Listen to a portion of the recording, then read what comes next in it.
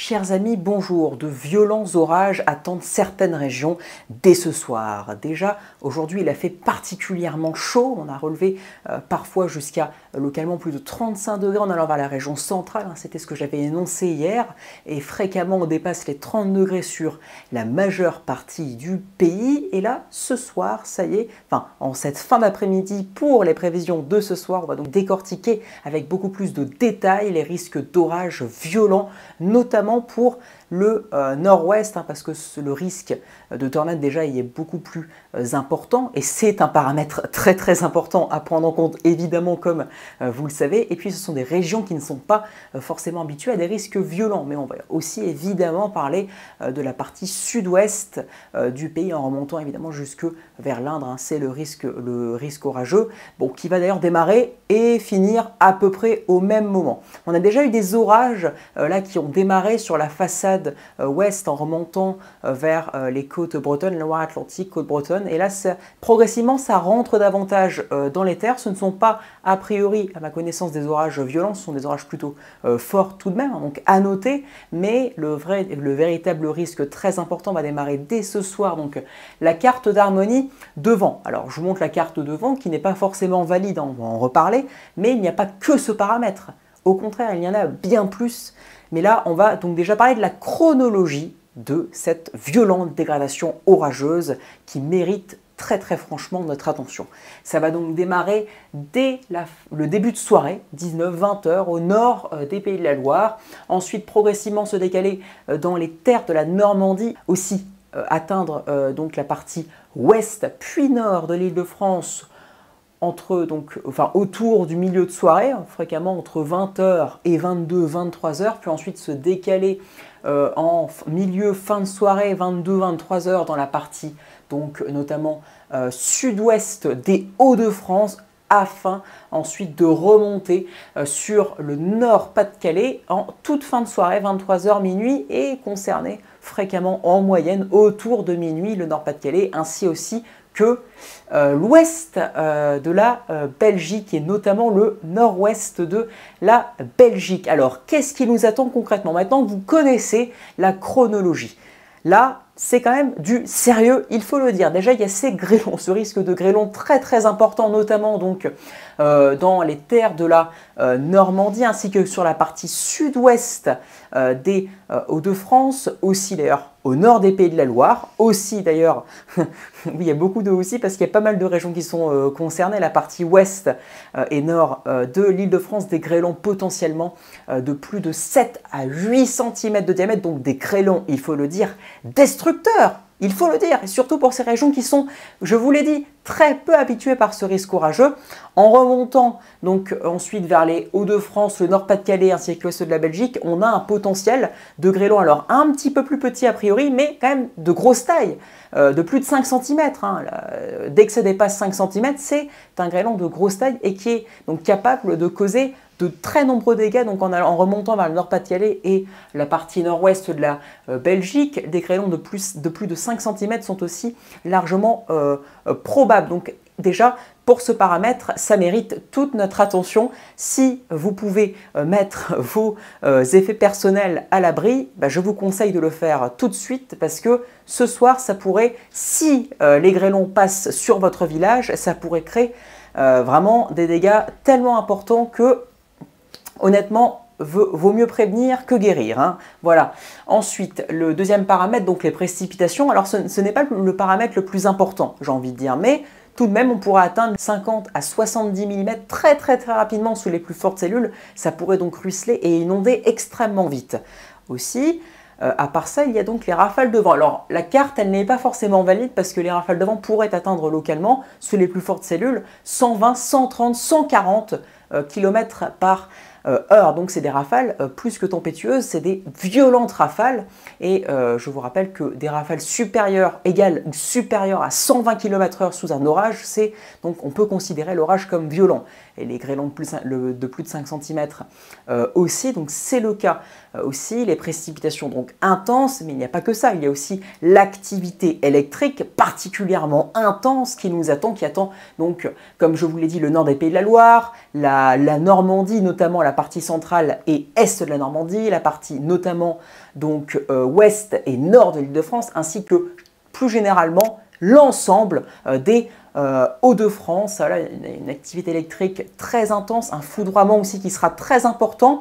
Voilà, donc ça nécessite toute notre attention aussi, mais ce qu'il va y avoir ce soir dans les régions du Nord et qu'il n'y aura pas, ou en tout cas le risque est beaucoup plus important que par exemple dans le Sud-Ouest, où il y aura aussi des orages violents, c'est le risque de tornade avec un cisaillement très important. Le risque est estimé entre 30 et 45%, donc entre le nord des Pays de la Loire en remontant jusque sur le nord Pas-de-Calais. Un risque particulièrement important. Je vous le dis, en général, quand il y a un risque comme ça sent pas très bon et je pense qu'il est probable qu'on ait au moins une tornade de répertoriée, même si, bon, tout est possible, ce n'est pas sûr qu'on en ait, mais le risque en tout cas est vraiment important. Donc soyez extrêmement prudents. Après, on ne peut pas trop se préparer à une tornade, je le sais, mais au moins le mieux est de se préparer déjà au potentiel grêlon, rafales destructrices, etc. Donc de se préparer au b.a.-ba en mettant ses effets personnels, en tout cas si vous habitez dans les régions citées, à l'abri, en tout cas le plus possible. Voilà donc pour l'ensemble des risques, donc des orages violents, du début de soirée jusqu'au début de nuit, donc du nord des Pays de la Loire en allant jusque sur le nord Pas-de-Calais comme je vous l'ai dit. Maintenant le risque entre le sud-ouest et la région centre, qu'en est-il? Alors c'est à peu près les mêmes risques, déjà ça va démarrer donc des Pyrénées-Atlantiques. J'ai envie de vous dire, dès le début de soirée, dès 19-20 h, donc à peu près comme c'est le même départ au final que la dégradation orageuse très violente dans le nord, ce sera aussi violent, et ça finira sa course en début de nuit, donc exactement pareil, ou en tout cas à peu près similaire on va dire, vers donc les départements de l'Indre et du Cher, en tout cas d'après le modèle Harmonie, avec des rafales moyennes qui pourraient être comprises entre 90 et 110 km/h, mais localement, on le voit en tout cas sur la carte, et là je pense que c'est quand même très proche de la réalité, malgré tout d'après la tendance, la prévision moyenne des rafales, donc qui pourraient localement atteindre les 120-130 km/h localement, très localement, un peu plus. Voilà, il n'y a pas que ça, il y a aussi donc les grêlons de supérieurs à 5 cm qui sont probables, le risque est présent d'environ 30 à 40%, donc il est très élevé. Une activité électrique aussi très intense évidemment, des précipitations particulièrement abondantes, donc rafales de vent, grêlons potentiels, activité électrique très intense, mais là le risque de tornade est quand même beaucoup plus faible pour la dégradation du sud-ouest en montant donc sur les régions centrales. Donc ça c'est un point quand même à préciser, parce que entre un risque qui est quand même bien fort et un risque de tornade qui est quand même beaucoup plus faible, il y a une nette différence, surtout que ce n'est pas du tout un paramètre à prendre à la légère, c'est un paramètre particulièrement important parce que c'est le paramètre qui cause le plus de dégâts et même le plus de morts potentielles. Donc c'est pour ça, déjà du côté du risque de tornade, vis-à-vis de ce paramètre, il y a déjà un peu moins d'inquiétude pour le sud-ouest. C'est d'ailleurs pour ça, au vu du cisaillement faible et donc du risque de tornade un peu plus faible, que la dégradation sera en moyenne moins virulente entre le sud-ouest et les régions donc centre que sur la moitié nord-ouest du pays. Alors, maintenant qu'on a donc vu ce risque d'orage pour ce soir, ce risque orageux violent, ces violentes dégradations orageuses, on va donc regarder la carte, par exemple, du modèle Arome pour le samedi 14, donc pour demain, parce que demain après-midi et en soirée, il y a une nouvelle dégradation orageuse. Alors, on ne va pas du tout rentrer dans les détails comme je viens de le faire, mais on va donc déjà commencer à émettre des risques et les premiers zonages de ces risques orageux. Alors, c'est encore particulièrement vague pour ce samedi 14 et ce dimanche 15 juin, mais les risques fréquemment donc vont du sud-ouest en allant jusque au nord-est, donc pour ce samedi, et fréquemment entre la région centrale et le centre-est pour dimanche. C'est ce qui se dégage. Alors on ne sera pas sur un risque violent a priori, mais on sera sur un risque quand même fort, généralisé. On aura le temps évidemment d'en reparler. Et puis après, évidemment, c'est le retour de l'anticyclone d'un temps beau, chaud, plutôt chaud, mais sans excès. Je vous avais déjà montré la carte du lundi 16 par exemple hier, mais ça on aura le temps d'y revenir donc dans les prochains bulletins. Donc demain, on aura le temps de parler de la semaine prochaine où il ne se passera pas a priori grand chose, en tout cas en termes de phénomènes météorologiques. Donc attention, grande prudence à ce soir. Si vous habitez ou si vous connaissez des personnes qui habitent dans les régions donc, citées, notamment dans le nord, mais aussi d'ailleurs entre le sud-ouest et la région centre, n'hésitez pas à les prévenir, c'est particulièrement important. Ou alors, si vous voulez leur transmettre le plus d'infos possible, n'hésitez pas à leur partager tout simplement cette analyse météorologique de ma part, voilà, cette prévision météorologique.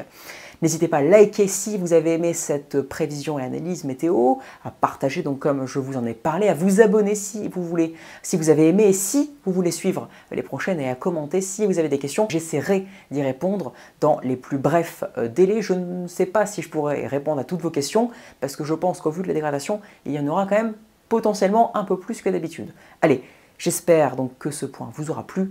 Excellente soirée à tous. Grande prudence si vous vous trouvez dans les régions citées. Vraiment, grande prudence. Ciao.